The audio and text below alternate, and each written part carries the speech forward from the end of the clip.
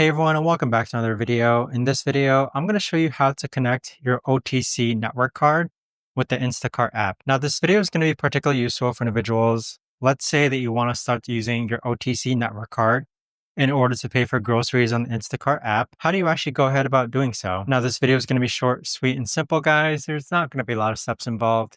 Now, in order to do this, what you're first going to do is log on to the Instacart app. Next, click on your profile icon on the upper right-hand corner. From here, click on Settings, then click on Debit/Credit, PayPal, and more. Now, towards the bottom, you're going to see OTC Network. Click on Add next to it, and then it's going to prompt you to enter your OTC Network card number, at which point, just click on Save, and there you have it. But that right there, guys, is the best and easiest way that I know of to actually go ahead and connect your OTC Network card number with the Instacart app. If you guys know of a better or easier way to actually do this, let me know in the comments down below. I would love to know. Thanks so much for watching, everyone, and I'll see you guys all in the next